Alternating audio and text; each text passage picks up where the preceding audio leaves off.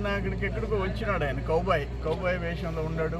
కనుపూరు చెరువు దగ్గర ఆయన చూసి ఆయన హ్యాటు కౌబాయ్ లాగా ఆయన టోటల్ జాకెట్ వేసుకొని రెయిన్ కోట్ వేసుకొని ఇది చెప్పాడంట, చంద్రమోహన్ రెడ్డి కోడికాళ్ళు వేసుకొని ఉంటాడు, గాలిగుడి దిగి.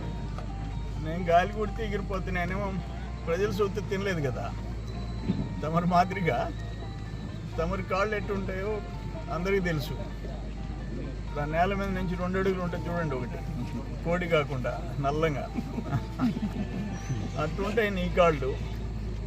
రోజు అబ్బా కొడుకులు 100 కోట్లు ఎక్కడ పెట్టుకోవాలో తెలియటం. నీ కరోనా హౌస్ అన్న ఇస్తే దాంట్లో పెట్టుకొని నీ బాడీకి ఇస్తా.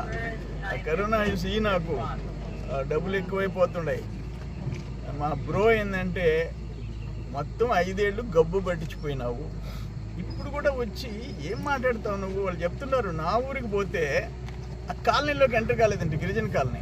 మేము కట్టించిన ఇళ్ళు 1,80,000 కాకుండా 50,000 చంద్రబాబు నాయుడు గారు అప్పుడు పెంచాడు 18 పంతులు. దాంతో వరండాలు కూడా వేసుకొని నీట్గా ఉండాలంట. నువ్వు కట్టించిన ఇళ్ళు ఘోరంగా ఉన్నాయండి. ఇప్పటికి ఆ బయట చేరేది, నన్ను తిట్టేది, ఆమెను వెళ్ళిపోయేది. ఆ కాలనీలోకి ఎందుకు పోలేదు నువ్వు? నా ఊరి దగ్గర పోయే దమ్ములే. అందుకని రోజు నోరు పారేసుకుంటుంది. ఎందుకు చెప్పు?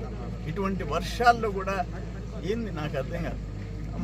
3-4 రోజుల నుంచి కనపడలే. నిన్న కోట్ వేసుకొని వచ్చావు, చంద్రమోహన్ రెడ్డిని తిట్టడం, కొడుకుని తిట్టడం, వెళ్ళిపోవటం, ఫుల్గా తిని పడుకోవటం. ఇది ఆపేసి పద్ధతిగా ఒక ప్రజా జీవితంలో జిల్లా పార్టీ అధ్యక్షుడు నువ్వు. నీ నోరేంది? మేము రోజు నీ కౌంటర్లు పెట్టడం వేస్ట్ అని చెప్పి వదిలేసాం. పద్ధతి ఉండేదన్నా నేర్చుకో. దాదాపు ఎన్ని రోజులు? 204 రోజులు అడ్రస్ లేకుండా పోయినావు. జైళ్ళల్లో కొన్ని రోజులు, చింతామణిలో కొన్ని రోజులు. ఇంకా కూడా మార్పు రాదా నీక? దురదృష్టం. ఓకే.